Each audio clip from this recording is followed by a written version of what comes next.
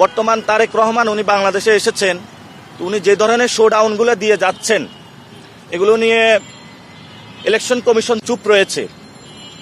আমরা ধরেই নিচ্ছি আরেকটা ফেসিজমের দিকে আমরা যাচ্ছি। তো এখনো যারা বাংলাদেশের মানুষ আছেন, আমরা আপনাদের কাছে যাব, বিবেকের কাছে যাব, আপনারা প্রশ্নগুলো তুলবেন। বিএনপি যে ধরনের শোডাউনগুলো দিয়ে যাচ্ছে, ছবির মোহনা দিয়ে যাচ্ছে, আমরা খালেদা জিয়ার প্রতি শ্রদ্ধা রাখি, কিন্তু খালেদা জিয়া শুধু বিএনপির নয়, বাংলাদেশের সকল মানুষের। কিন্তু খালেদা জিয়াকে ব্যবহার করে কেউ যদি নির্বাচনী ফায়দা হাসিল করতে চায়, এটা বাংলাদেশে সঠিক না। এটা খালেদা জিয়ার প্রতি অসম্মান করা হয়।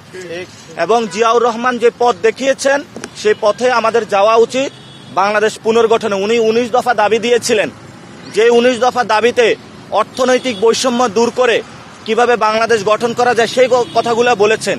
কিন্তু আমরা আজকে যেটা দেখছি, দুঃখজনকভাবে খালেদা জিয়াকে ব্যবহার করে নির্বাচনী ফায়দা নেওয়ার চেষ্টা চলছে। আমরা এটার তীব্র নিন্দা জানাই এবং প্রতিবাদ জানাই।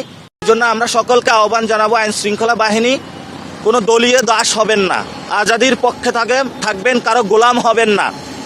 তারেক রহমানের গোলাম হলে আবার বাংলাদেশ থেকে সকল প্রশাসনের মতন আপনাদেরকে বিদায় নিতে হবে। এই জন্য আপনারা যদি গোলাম হতে হয়, জনগণের গোলাম হবেন, তাহলে জীবনের মুক্তি খুঁজে পাবেন।